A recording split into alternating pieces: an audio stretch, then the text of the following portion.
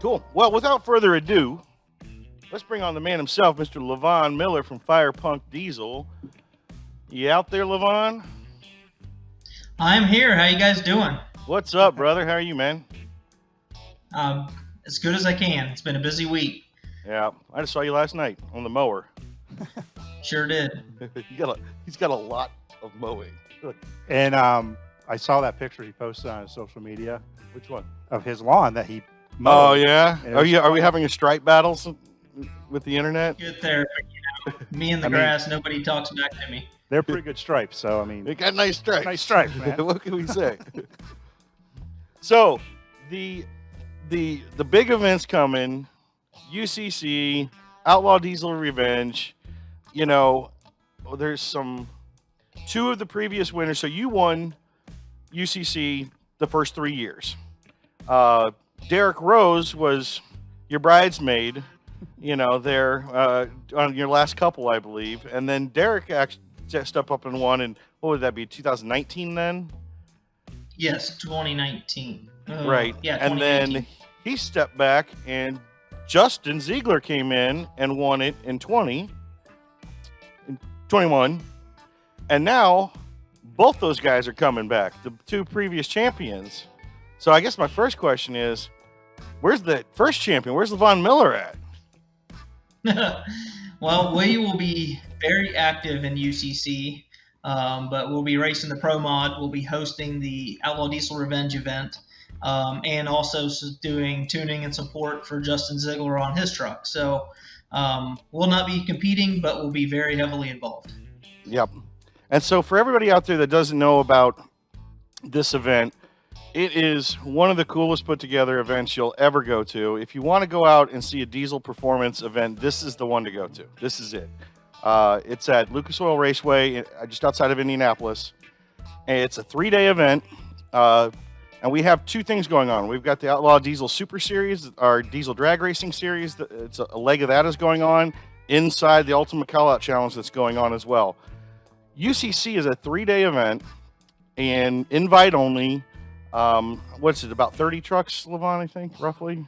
I think there's 20 this year 20 that are signed up. Okay.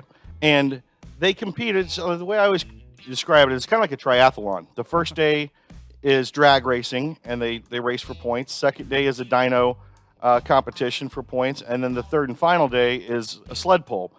Hot Shot Secret, not only are we a gold sponsor of UCC, we're the sponsor of the Pro Street class with Outlaw Diesel, we're the official fuel additive of UCC, we're the official fuel additive of Outlaw Diesel. We also are the Sunday sled pull title sponsor of UCC, which culminates and crowns the champion at the end of it. So we're really excited. We're really heavily vested into this, but you know, it's really a big event that we like to participate in. And let's address the UCC stuff first, and then we'll get to ODS. Normally, I'll say that what I really enjoy to watch is the drag racing at first. Then I really like the sled pulling. The dyno stuff to me is kind of like been my third choice kind of what I want to watch. This year I think it's my number one choice because what's going on in dynos around America right now with these diesels is absolutely insane. We've been chasing this 3,000 horsepower dyno pull for a while. At the end of last season, we had somebody put up a 3,000 horsepower pull here in Ohio. His name's slipping my mind. Patterson, yep. Patterson. He'll be out there, and he's ready and going. And if anybody saw Derek Rose on the dyno this week, he put down a monster number and some fireworks. And then, as Lavon said, they're doing the tuning on Justin Ziegler's truck. And can you tell us about your dyno experience this week? It was pretty exciting. Yes, it was.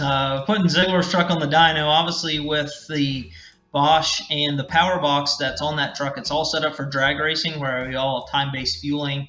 So we let off the trans brake button, and that sets the timers for the shift points, for the nitrous and everything. So getting it on the dyno is not as simple as just getting on the dyno and putting it on the floor and pushing a button for nitrous because it's used, that we had everything programmed for drag racing. But now I had to do basically a test for UCC on our dyno, and it was fairly radical, let's put it that way. So I had a lot of fuel, a lot of nitrous, and tried to come off my dyno, but it was a good bit of excitement.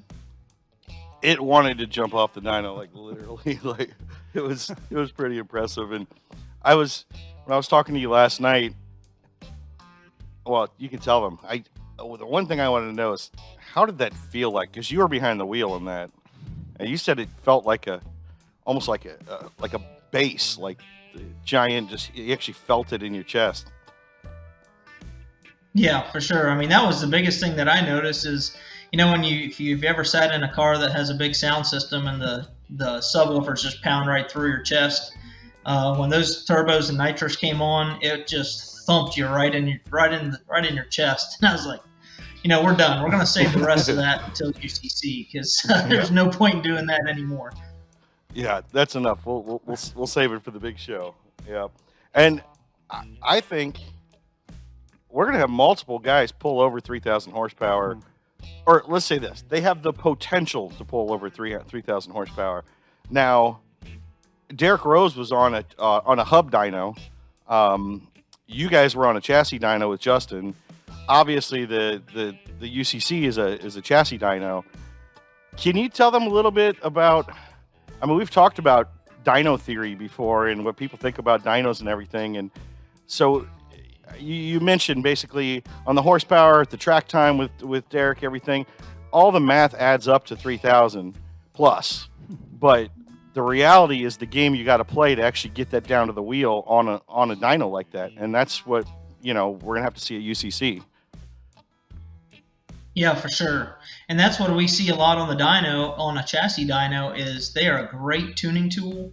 But once you get in this 2,000 plus horsepower range, it is a 100% game that you have to play absolutely perfectly to be able to stick a big number without either tearing up the engine or spinning the tires or tearing anything up. Because when we had the nitrous come on Justin's truck, we went from 4,200 RPM to 6,000 RPM in 0.3 of a second. And that was only enough to go from 30 pounds of boost to 89 pounds of boost. So it accelerates through the run so much faster than what the whole intercooler system can fill up with air and give you peak performance. So you have to start your run at a much lower RPM than what you really want to, which makes it dangerous for the engine. But you need to be able to get that head start on the engine so that you can be at peak boost, peak power by 4,000 RPM to make that big torque number. Otherwise, you can make a big horsepower number, but they score horsepower and torque. So it really makes it difficult to make this big turbo setup come into boost and get to peak boost at a low RPM without blowing it up. Right. And you said 30 to 89 in 0.3 of a second? That is correct. And then, if I'm not mistaken, the 0.3 after that is when... That's when things got rowdy. So it was the first 0.3 of a second, we got to 6,000 RPM, and then the dyno caught it. And that's at what point the truck had lurched forward, going up over the rollers, and it's actually spinning on the front platform. I had 6 straps. It stretched all 6 straps, pushed the wheel chucks out of the way. And the last 0.3 of a second after the run was finished recording, but in my data log, I went from 89 pounds of boost to 186 pounds of boost in another 0.3 of a second. So I was under power for a total of 0.6, but it never actually recorded the peak power because I was already through my run, my test window, before it ever hit the big boost numbers. And 186 pounds of boost, we did learn, I don't want that much boost, so we're going to wastegate it even harder, and we're going to control that boost because we don't want it to tear up. But I know what kind of power that run made, and it was not anywhere near what my dyno could handle because we read like 2,200 horsepower, and that was with the run pretty much being cut short because of the dyno couldn't catch it fast enough. Right. Any of our gas guys out there, when they just heard 186 pounds of boost, they were like, wait, what? What? That's insane. I'm gonna out Chase Fleece real quick just because we were just texted before it came on, and he said regarding of the Ziegler jumping on the dyno there, he said, cute wheel chock guys, that truck don't care. It's the truth. I don't think you were holding that thing back at all, man. But No, but I do think it's really cool that Derek was on the hub dyno, because his track times at the season opener 3 weeks ago, he went 171 miles an hour in the eighth, which calculates to a solid 3,200 horsepower of track time, or horsepower based on his track time and weight. And now he was on the hub dyno, made over 3,000 horsepower. So he can safely say he's coming to UCC with a proven 3,000 horsepower truck. And so if he goes on the chassis dyno and he ends up making 2,600 horsepower, it really shows the world how hard it is to harness that kind of power on a chassis dyno as opposed to a real world putting it on the track and getting it to the ground. Yep, absolutely. And again, that's the game. You know, you might have the truck that has the highest horsepower potential, but let's see who can get it down on the roller and actually put a number up. So I'm looking forward to the dyno a lot this year. And as always, I think we got a few guys that are going to put up some ridiculous numbers. All the other guys in the field that, generally with UCC, you kind of shine in one category and you try to stack your points in other categories. Those that aren't going to have the big horsepower numbers are going to get gapped by so much that they're going to have to put something big up just so they don't get so behind in the other events that, just like always, I bet we see some serious carnage again this year on the dyno. It's what UCC's famous for, is somebody always getting pretty wild on the dyno. So last year, you remember, there were pistons landing in the stands and stuff. So I think they've got some safety regulations put in play for this year, but keep watching on Saturday. There's going to be some fireworks for sure.